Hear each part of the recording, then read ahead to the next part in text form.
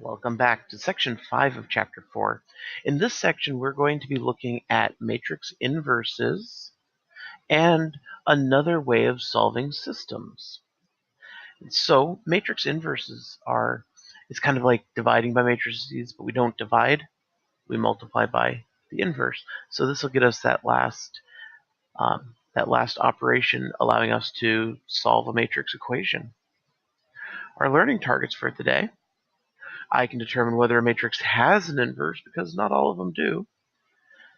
And I can solve systems of equations using inverse matrices. And so, matrix inverses. In order for a matrix to have an inverse, at first it must be a square matrix.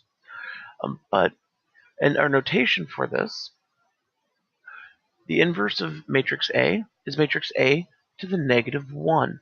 The -1 exponent generally actually means inverses.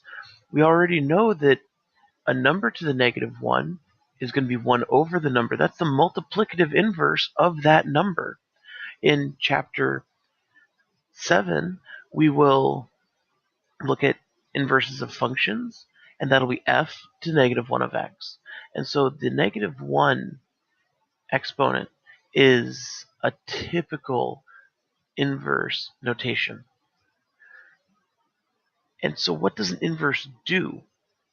When we multiply a matrix by its inverse, or when we multiply a number by its inverse, we get 1. When we multiply a matrix by its inverse, we get the identity matrix, because 1 is the multiplicative identity. Well, in matrices, I is a multiplicative identity of whatever the same size matrix A and A-1 are. So if they're both 3 by 3s, I will be a 3 by 3. If they're both 2 by 2s, I will be a 2 by 2. And this multiplication is commutative, so we can multiply the inverse on the front of it as well and get the same thing. And so, how do we find the inverse of a matrix? Right now, we're only going to find the inverse of a 2 by 2, because we can use a little shortcut, a trick, to find that. We won't learn the stuff that we need to know to find the inverse of a bigger matrix until section 6. And so in that section, I'll mention how we find it, but at that point, we'll have other ways of finding it anyway. And so we're only going to be finding inverses of 2 by 2s. So if our matrix A is A, B, C, D, then the inverse of A is, first, we're going to want to switch the main diagonal. So instead of A in the top and D in the bottom, it'll be D on top and A on bottom. And then the other diagonal, we're just going to make it negative. Negative B, negative C. And now I left a space here because we have to multiply by a scalar. Specifically, we have to multiply by 1 over the determinant of the matrix. So 1 over the determinant of the matrix. So that uses what we learned last time. And notice, by the way, the determinant here, A times D minus B times C, is actually the same as this one. A times D minus negative and negative makes a positive, it's B times C. So that determinant would be the same. And when you divide by the determinant, that would actually equal 1. So let's find the inverse, if it exists. So if I have a matrix A, 1, 7, 2, 6, the first thing I would do is find the determinant. So the determinant, we have 1 times 6 minus 7 times 2. That's 6 minus 14. So the determinant is negative 8. So now, A to -1, we're going to have 1 over negative 8. And times a matrix. We need to switch these two, so we'll put 6 in top and 1 in bottom. And then make the 7 and 2 both negative. So we have negative 7, negative 2. At this point, we just need to distribute the 1 over negative 8. So we'll have 6 over negative 8, which is negative 3 over 4. Negative 7 over negative 8, which is just 7 over 8. Negative 2 over negative 8, which is 1 over 4. And 1 over negative 8, which is just negative 1 over 8. And there's our inverse matrix. We could test to make sure this is actually the inverse. The way to test them is to just multiply the inverse and the matrix together and see if you get the identity. If you do, it's an inverse. If you don't, it's not an inverse. So let's look at another one. Here we have a is 1/3, 2, 3/2, 9. So first step, find the determinant. So we're going to have 1/3 times 9 is 3, and 3/2 times 2 is 3, so we'll have 3 minus 3, which means the determinant equals 0. And remember last time I said it, determinants can equal 0, but funky stuff happens. When it equals 0 here, we're going to have 1 over 0, which is generally frowned upon. And so here, when the determinant equals 0, it means that there is no inverse. There is nothing that we can multiply to this matrix to change it into the identity, which when you think about it is kind of weird, because with numbers, there's always a number we can multiply to change it into the identity, unless it's 0. 0 doesn't. But every other number, you can always multiply to change it into the identity. That's not true with matrices. And so that's how to find an inverse with a 2 by 2.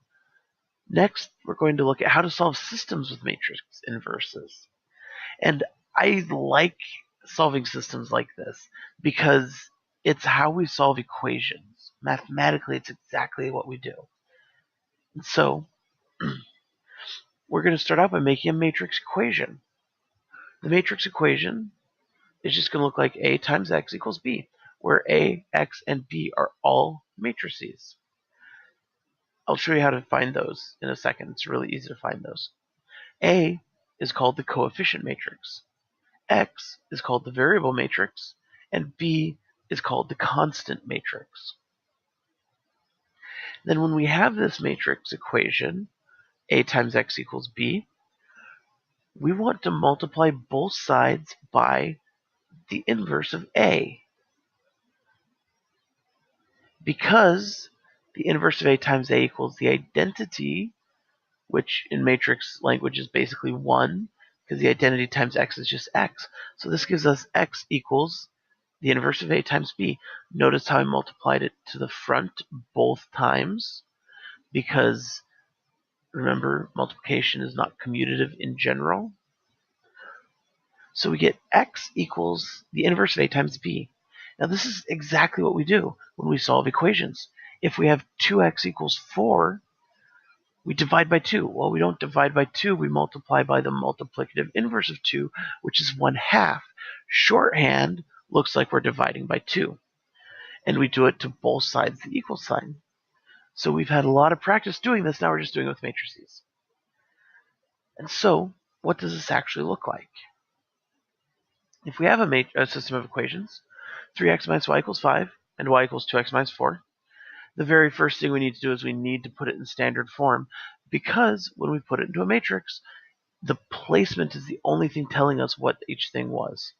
So here we really just need to subtract this 2x back over to the other side. So you get 3x minus y equals 5, and negative 2x plus y equals negative 4. Now we can make our matrices. The first one, A, is the coefficient matrix.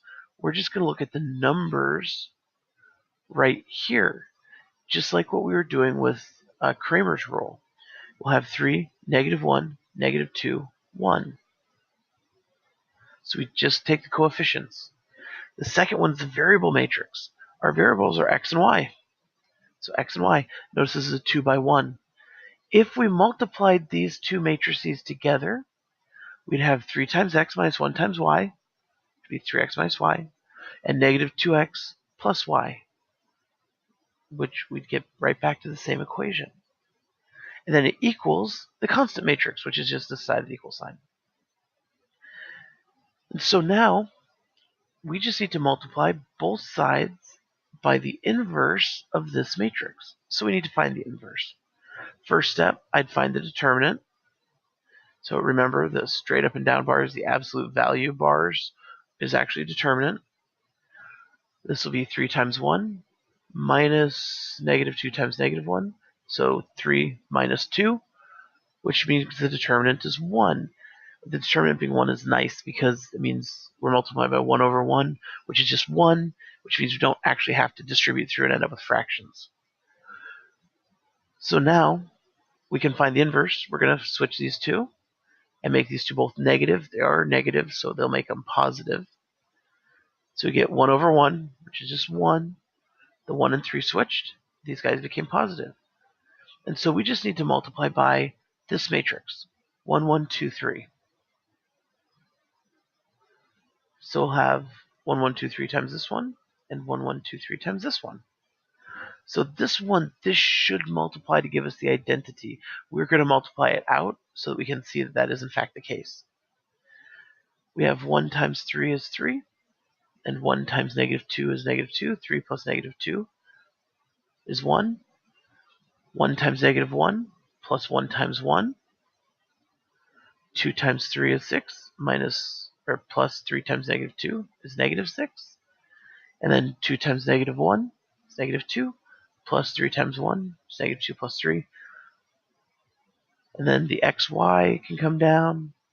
And then multiplying over here, 1 times 5 plus 1 times negative 4, 2 times 5 plus 3 times negative 4. So 5 negative 4, 2 times 5 is 10, 3 negative 4 is negative 12. We can do the addition. This is going to be 1, 0, 0, 1. And this one, 5 minus 4 is 1. 10 minus 12 is negative 2. So we get the identity times xy is just xy. So x over xy equals 1, negative 2. Well, what does x equal? X equals 1. What does y equal? Y equals negative 2. Now, if we just go up here, you can see this happen by using elimination. We could add these together. We'd end up with 3x plus negative 2x is 1x equals 1, and then plug it in to get negative 2. And so, yes, this was a really easy one because it's nice to start out with really easy ones.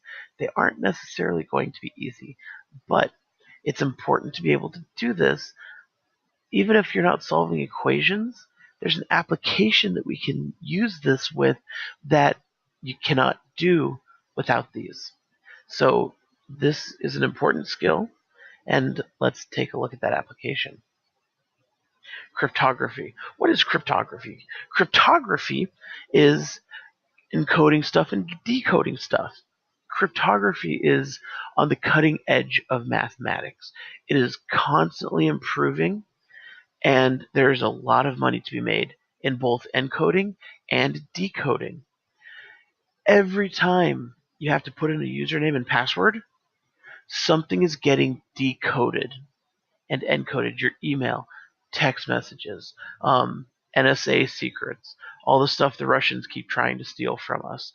All of that is being encoded, and the encoding has to keep getting better and better and better because there are a lot of people getting paid a lot of money to try and break those codes. Now, that's not generally on the legal side of things, but it's still a lot of money regardless. So this is one of those things that's constantly making breakthroughs, constantly changing. And there's a number of ways cryptography happens. The way we're going to look at it is a very, very basic matrix method. Other ways involve using really, really, really, really, really big products of prime numbers. And we won't get to that, but this is a fun application of it anyway. And so with cryptography, we're going to get a matrix equation, E times M equals C, where E is an encoding matrix. That's what we're using to encode our message, which is M, and C is the coded matrix, the coded message. And so if someone was sending you a message, you would get C, and you would have to know what E was. And so if you don't know what E is, it is amazingly difficult to try to decode the message. And so we're going to solve it just like we solved the matrix equations on the other side. We're going to multiply both sides by the inverse of E. So when you get the coded message, you just need to multiply by the inverse of E times the code, and that will get you back to the message. You might be thinking, well, the message, we just have numbers in our matrices. That's not much of a message. True, we need a cipher. And that's just a way of changing numbers to letters or letters to numbers. And we're going to use the very most basic one that we have, and that would be just using the place value. So A is 1, B is 2, C is 3, and then O0 would be a space. And so we have that. One of the very first codes ever used was called the Julian cipher, which was theoretically used by Julius Caesar, and he just offset the alphabet. So you get numbers, and like A would be 7, and B would be 8, and C would be 9, except he'd use the Latin. But in this case, we'll just stick with A equals 1, B equals 2, C equals 3. So first, we need a message. Here's a message. Rayanne receives the message shown right here, giving Sarah's current location somewhere in Asia. The message was encoded using this matrix. That would be our encoding matrix, E. Write the decoding matrix, and then decode the message. So our encoding matrix is just 3, 4, 5, 7. And the message, we don't know the message, that's what we're looking for. The code is going to be this matrix. Now, in this case, it's already set up as a matrix. It could be given to us as a long string of numbers. We would need to put it into 2 rows because our matrix is a 2 by 2. If our matrix was a 3 by 3, we'd want to put it into 3 rows of equal length. And if it doesn't turn out to be even, you would just put zeros at the end. But it should turn out to be even because they should have put zeros at the end of the message. So first step, write the decoding matrix. So we need to find the inverse of E. First part of that is finding the determinant of E. 7 times 3 is 21, minus 4 times 5, 20. So 21 minus 20 is 1. That's nice yet again. And then we'll switch 7 and 3, make the 4 and 5 negative. So we get the inverse equals 7, negative 4, negative 5, 3. Now we're going to multiply that to the code. The message will equal that inverse times the code. And so we can multiply this out. Notice I left a lot of room here, and it's still going to get squished. So this is practice multiplication, multiplying. 7 times 27 plus negative 4 times 45 is 189 minus 180. 7 times 58 plus negative 4 times 98 is 406 minus 392. 7 times 20 plus negative 4 times 35 is 140 minus 140. 7 times 90 plus negative 4 times 154 is 630 minus 616. 7 times 47 plus negative 4 times 81 is 329 minus 324. 7 times 105 plus negative 4 times 178 is 735 minus 712. Move down to the bottom row. Negative 5 times 27 plus 3 times 45 is negative 135 plus 135. And then we can keep multiplying to get negative 290 plus 294, negative 100 plus 105, negative 450 plus 462, negative 235 plus 243, and negative 525 plus 534. And that's just multiplying, taking negative 5 times the top plus 3 times the bottom along the rest of the way. Now we can start adding these together. 189 minus 180 is 9. 406 minus 392 is 14. 140 minus 140 is 0. 630 minus 616 is 14. 329 minus 324 is 5. Then we have 23. Then bottom row, 0.